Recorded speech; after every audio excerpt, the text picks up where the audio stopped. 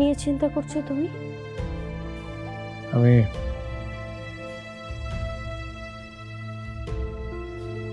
নিরুপায় হয়ে একটা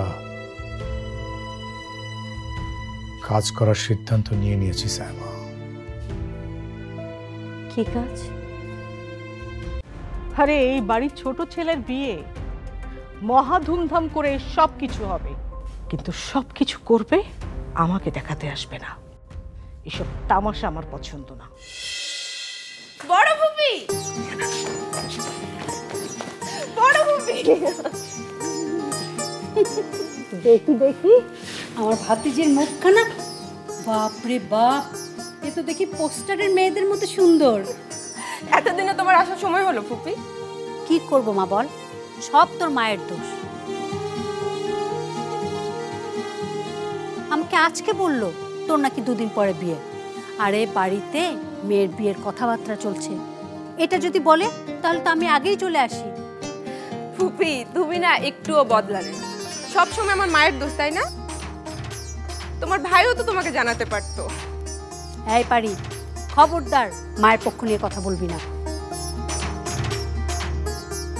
ভুলে যাস না, মা মেয়ে পরপর, আর ফুপু ভাতিজি এক ঘর। পল্লব দেখে যা কে এসছে। কই আসছে? তাড়াতাড়ি। এই যে আসছে। কি হয়েছে? আরে বড় ফুপি,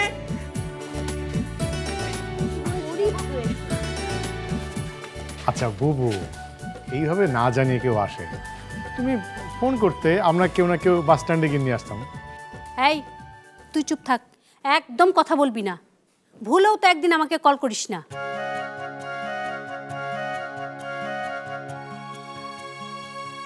আর আমি কি থুতথুরি বুড়ি হয়ে গেছি নাকি যে এখানে আসতে আমাকে আবার নিয়ে আসতে হবে?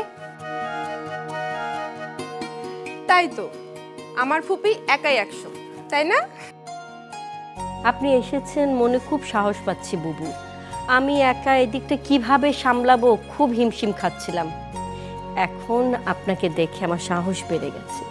কত কাজ পড়ে আছে এখনো, ওই যে বিয়ের কার্ডগুলো পর্যন্ত বাছাই করা হয়নি। বিয়ের কার্ড? কই কই দেখি দেখি।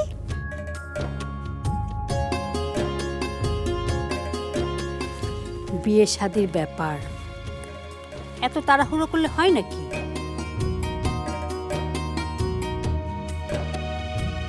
না আসলে বুবু, মানে এত তাড়াতাড়ি সব কিছু ঠিক হয়ে গেল। ইরফানের বাবা আসলে চাচ্ছিল যে তাড়াতাড়ি। ইরফান হচ্ছে আমাদের ওই হবু জামাইয়ের নাম ইরফান।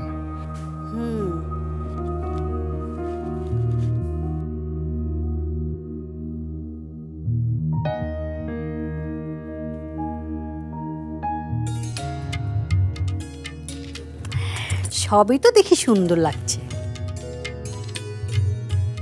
লাগবে না? বুঝতে তো হবে কে খুঁজে খুঁজে নিয়ে এসেছে। আচ্ছা ফুপি, তুমি একা কেন? মিথিলারা কেউ আসেনি?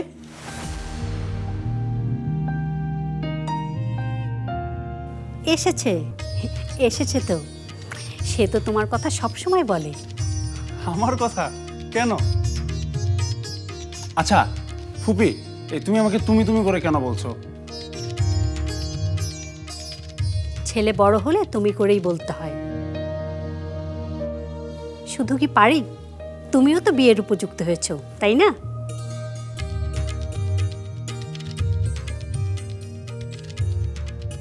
তুমি তো পারির বড় ভাই।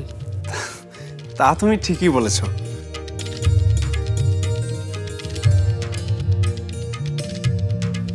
আর বউ খোঁজার দায়িত্বটা ওই পারিকেই দিব।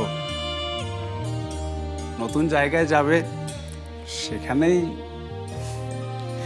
আর ভাবিকে খুঁজে নেবে।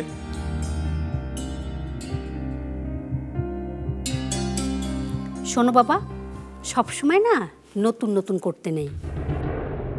পুরনো দেখো, বুঝো, তারপরে না হয় নতুন নতুন করো।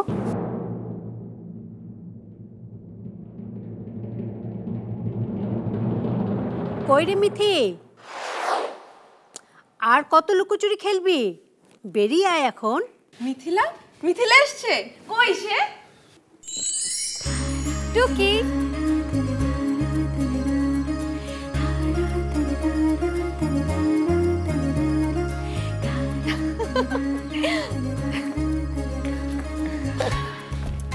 শুধু জানতে চাচ্ছিলাম কেউ আমার কথা মনে রেখেছে কিনা, কিন্তু কি দেখলাম আর কি শুনলাম তোমরা কেউ একবারও আমার কথা জিজ্ঞেস করোনি। কাজিন বলে যে কেউ আছে তোমাদের ভুলেই গেছো। ভুলবো না আবার? কাজিনও কি আমাদের মনে রেখেছে নাকি? নইলে দৌড়ে এসে শক্ত করে জাপটা ধরার বদলে কেউ কি বাইরে দাঁড়িয়ে থাকে? কেমন আছিস মিথি? আমি তো আছি বিন্দাস। বিন্দাস? এটা আবার কেমন থাকা? ও তুমি বুঝবে না, তুমি ঢাকার হয়েও গ্রাম মফস্বলের হয়ে আছো, আর আমরা মফস্বলে থেকেও ঢাকার হয়ে আছি, বুঝলে? আমরা থাকি বিন্দাস আর করি চিল। আসসালামু আলাইকুম মামা। ওয়ালাইকুম সালাম। মামি তুমি কেমন আছো? ভালো ছিলাম, এখন আরো ভালো লাগছে তোমাদের দেখে।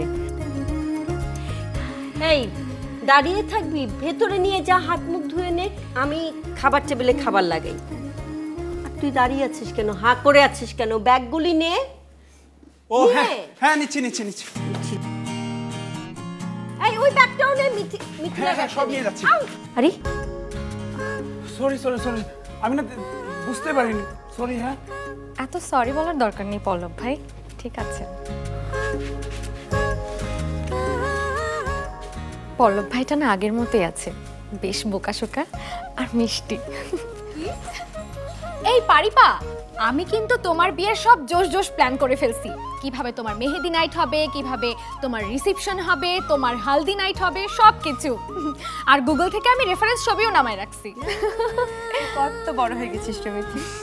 বয়স কি আর বসে থাকে রে মা?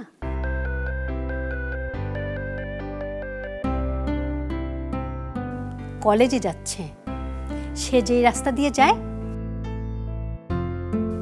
জয়পুরহাটের ছেলেরা তো দলে দলে দাঁড়িয়ে থাকে ওকে দেখার জন্য।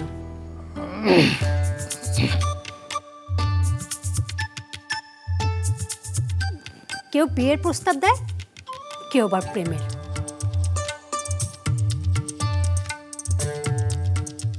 আমি তো পই পই করে বলে দিয়েছি, বিথির জন্য এত হাই ফাই ছেলে চাই না আমি, আমার লাগবে বোকা শোকা মিষ্টি একটা ছেলে।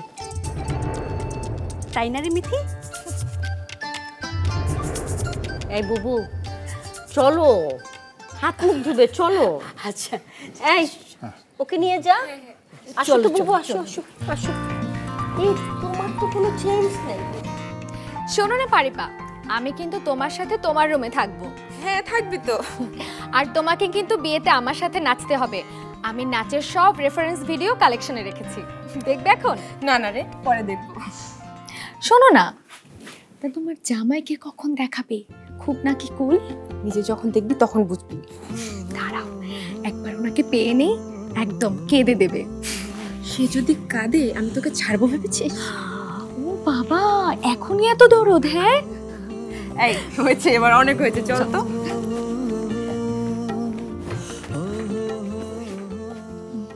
মা, রিয়ার মতো পারমিতার তো বিয়ে থেকে পালিয়ে যাওয়ার কোনো চান্সই দেখছি না। বিয়েটা যেহেতু হচ্ছেই, তাই আর কি পরিবেশটা একটু নর্মাল করার ট্রাই করছিলাম। একেবারে নালা নর্দমা থেকে উঠে এসে সরাসরি এত বড় বাড়ির বউ হয়ে আসছে মেয়েটা। সে তো বামুন হয়ে আকাশে চাঁদও পেয়ে গেছে না। এই বিয়ে ভাঙার আর কোনো সুযোগ নেই। কেন ভাবি, এই বিয়ে ভেঙে গেলে তুমি বুঝি খুব খুশি হও? আরে না না, আমি আবার সেটা কখন বললাম? আমার তো মনে হয় পারমিতাকে তোমরা কেউ মন থেকে মেনে নিতে পারছো না। কেন পারছো না তা অবশ্য আমি জানি না। পারমিতা কি সত্যিকার থেকে কম? পারমিতার মতো মার্জিত আর বুদ্ধিমতী মেয়ে কিন্তু আমি খুব কমই দেখেছি। শুধু এসব দিয়ে কি ঘরের বউ হয় ইরফান? আচ্ছা, তা ঘরের বউ হতে আর কি কি লাগে ভাবি? তুই সত্যিই জানিস না নাকি ভান করছিস, দায় এড়ানোর চেষ্টা করছিস? আমি যতটুকু জানি মা, কাউকে বউ করতে গেলে লাগে ভালোবাসা, আর সেটা আমার আর পারমিতার মধ্যে যথেষ্ট আছে। আমি আর পারমিতা একজন আরেকজনকে পাগলের মতো ভালোবাসি। তাহলে তো হয়ে গেল, আর আমার বয়ে গেল। মা,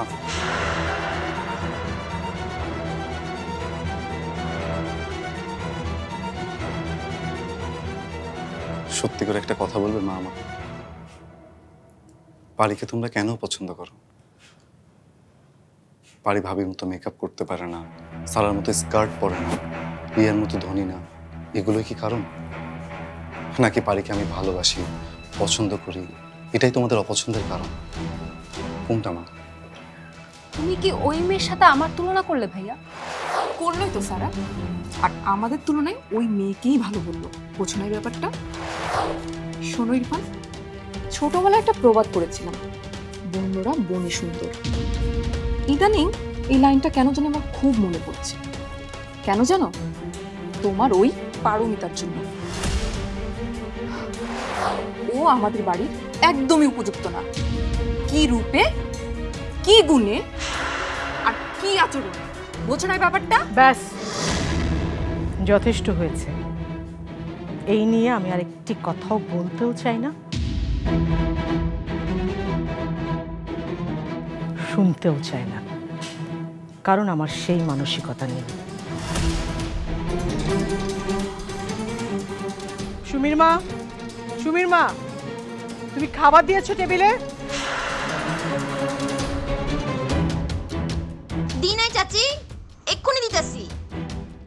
মিতু, সুমির মা আমাদের দুঃসম্পর্কের আত্মীয়, এক প্রকার আশ্রিতাও বলতে পারো, তাই না?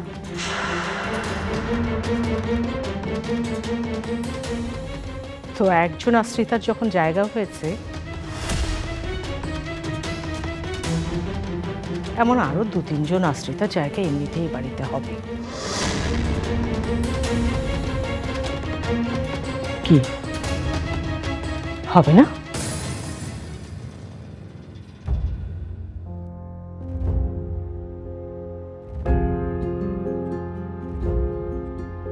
চিন্তা করো না পারি, বাবা যখন আমাদের বিয়ে মেনে নিয়েছেন তখন বাকিরাও নিশ্চয়ই মেনে নেবে। বাবার মন ভালোবাসা যখন তুমি জয় করতে পেরেছো, তখন সবার ভালোবাসাই তুমি জয় করতে পারবে, আমার বিশ্বাস। হয়তো তোমাকে এর জন্য কঠিন পরীক্ষা দিতে হবে, কিন্তু তুমি নিশ্চয়ই পারবে সেই পরীক্ষায় পাশ করতে, নিশ্চয়ই পারবে।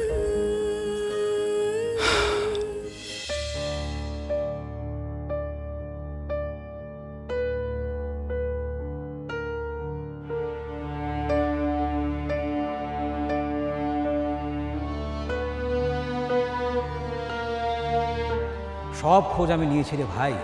মধ্যবিত্তরা চাইলে একসময় সৎ থাকতে পারত, কিন্তু দুনিয়া এমন একটা জায়গায় চলে গেছে না ভাই, যে একটু অসৎ না হলে কখন যে মধ্যবিত্ত নিম্নবিত্ত হয়ে যায় টেরই পাওয়া যায় না। তবে শোনেন, জানাজানি হওয়ার কোনো চান্সই নাই, সে দায়িত্ব আপনি আমার উপরে ছেড়ে দিতে পারেন। শুধু আমার 20%টা যেন ঠিক থাকে।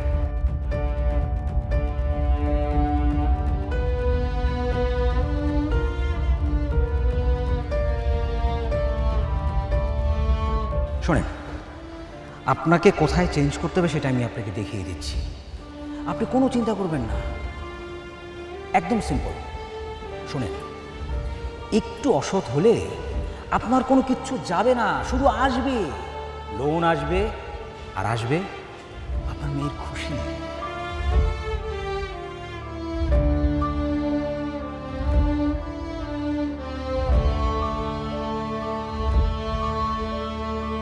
বাবা, বাবা, কি এই রাতেও তুমি অফিসের ফাইলপত্র নিয়ে বসেছো? একটু চাপ যাচ্ছে তো, কালকে সকালে আবার।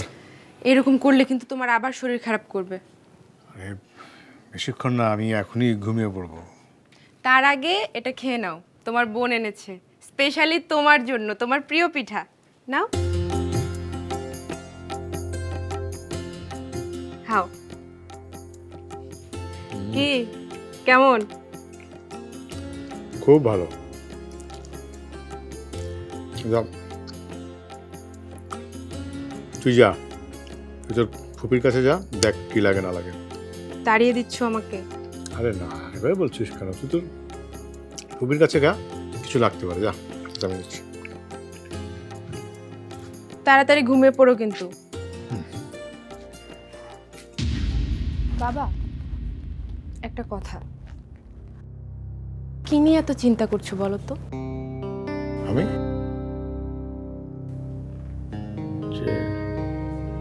কই না তো, আমি তো কোনো কিছু চিন্তা করছি না মা।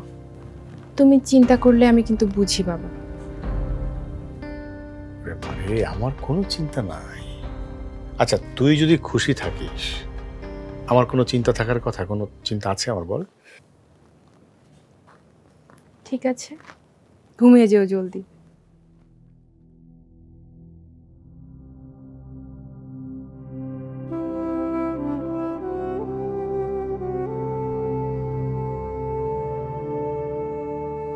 জীবন খুবই বিস্ময়ের। মানুষকে তার জীবনে কখনো কখনো এমন কাজও করতে হয় যা সে মৃত্যুর আগে কখনো করবে বলে ভাবেনি। মানুষকে কিছু কাজ করতে হয়, মানুষকে কিছু পাপ করতে হয়।